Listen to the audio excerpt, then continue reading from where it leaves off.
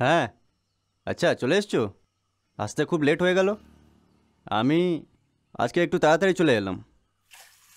আমি বললাম যে আমার ওয়াইফ প্রেগনেন্ট আছে, আর ওর দেখাশোনা করার জন্য কেউ নেই, এই জন্য আমায় 1 মাসের জন্য যেতে হবে। সায়া, কোথায় তুমি? তুমি এখানে বসে আছো? কি হয়েছে বলো। কিছু হয়নি আমার। হাঁপিয়ে গেছো? চাই নিয়ে আসবো? চাই না আমার চা। কিছু তো একটা হয়েছে। বলো কি হয়েছে। দেখো, তুমি যদি না বলো তাহলে আমি কি করে জানবো? তোমার প্যারেন্টসের ফোন এসেছিল। কি বললো? কেননা তুমি লাভ ম্যারেজ করেছো, তোমার প্যারেন্টস আর তোমার পরিবারদেরকে অনেক কিছু কথা শুনতে হয়।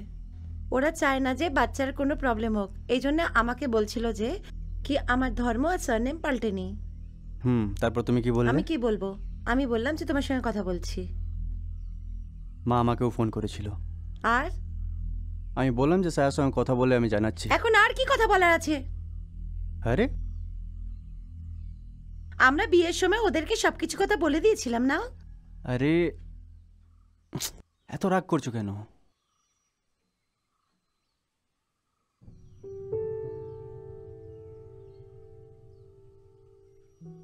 আমি শুধু এটা বললাম যে তোমার সঙ্গে কথা বলে আমি জানাচ্ছি। ওইটাই তো কারণ। আমরা এই ব্যাপারে সবকিছু কথা বলে নিয়েছিলাম না? তোমার মাকে বোঝানো উচিত ছিল যে আমি আমার ধর্ম বদলাবো না। আর এই ব্যাপারে আমাদের মাঝখানে সব কথা হয়ে গেছিল। ওরা বুড়ো হয়ে গেছে, আমি ওনাদের সঙ্গে এরম ভাবে কথা বলতে পারি না। আমি আমার ধর্ম ছেড়ে তোমার ধর্ম নিজের করতে পারবো না। আর এই কথা আমি তোমাকে প্রথমেই বলে দিয়েছিলাম। আমি তো তোমাকে কখনোই বলিনি তুমি তোমার ধর্ম বদলাও। সারনেম পাল্টাবো কি পাল্টাবো না এটা আমার ডিসিশন। আমার কথা শোনো। আমি তোমার কোনো কথা শুনতে চাই না। সব ছেলেরা এক সমান। বিয়ের আগে সবকিছুতে হ্যাঁ হ্যাঁ মেলায়, তারপরে বদলে যায়। আমি আমার ঘরের ঝামেলার জন্য তোমার কাছে এসেছিলাম। আমি ভেবেছিলাম আমি আমার জীবন নিজের ভাবে যাপন করতে পারবো। আমি আমার নিজের ইচ্ছায় ডিসিশন নিতে পারবো, যা ইচ্ছা তাই করতে পারবো। কিন্তু আমি পাগল ছিলাম, যা আমি ভাবছিলাম। হয়ে গেছে তোমার? ছায়া, শোনো, আমি তোমাকে এরকম কোনোদিন বলেছি যে তুমি তোমার ধর্ম আর সারনেম চেঞ্জ করে দাও? ওনারা বয়স্ক হয়ে গেছেন।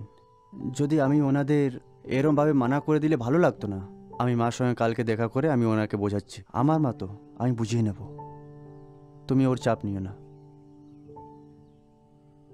আর যখন আমাদের ছেলে মেয়ে হবে, ওরা ডিসাইড করে নেবে যে ওরা কি ধর্ম নিয়ে থাকতে চায়। তুমি এত ভেবো না, ওরা খুব চালাক হবে। ধর্ম ট্যাগ না থাকলে কোনো অসুবিধা হবে না, আমি বলছি তো। শোনো, এইসব কথায় কোনো কিছু হবে না। এটা কি লাভ জিহাদ না কারওয়াপাসি? আমরা যদি সত্যি ভালোবাসি আর আমরা বিয়ে করেছি, তাহলে ধর্ম ব্যাপারে আমাদের এত কেন ভাবতে হবে? কথাটা বোঝার চেষ্টা করো। লাভ has nothing to do with relation. দেখো, দেখো না, আমি মার সঙ্গে গিয়ে দেখা করে আমি বুঝিয়ে নেব। তুমি চিন্তা করো না, আমি কথা বলে নেব।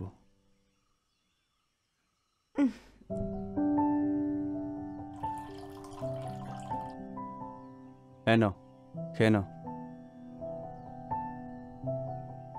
শোনো, তুমি একবার আমায় বলেছিলে যে তুমি পাখির মতন, যেটা একটা পিঁজরায় বন্ধ আছে, আর আমার ওর উপরে খুব দয়া লাগছিল, এই জন্য আমি আনিনি। সেটা তুমিও জানো। সায়া, কথাটা হচ্ছে যে আমি শুধু এটা চাইছি যে ব্যাস তুমি আমার সঙ্গে ঠিক করে থাকো। এবার খেয়ে নাও। চলো খেয়ে বলো যে কিরকম হয়েছে। আশা করি তোমার ভালো লাগবে, আমি মন থেকে বানিয়েছি। খেয়ে নাও। হ্যাঁ, এইটুকু ঠিক আছে। ভালো। ঠিক আছে, চলো আমি স্নান করে আসছি। ঠিক আছে, তুমি তোমার খেয়াল রেখো। হ্যাঁ, বাই।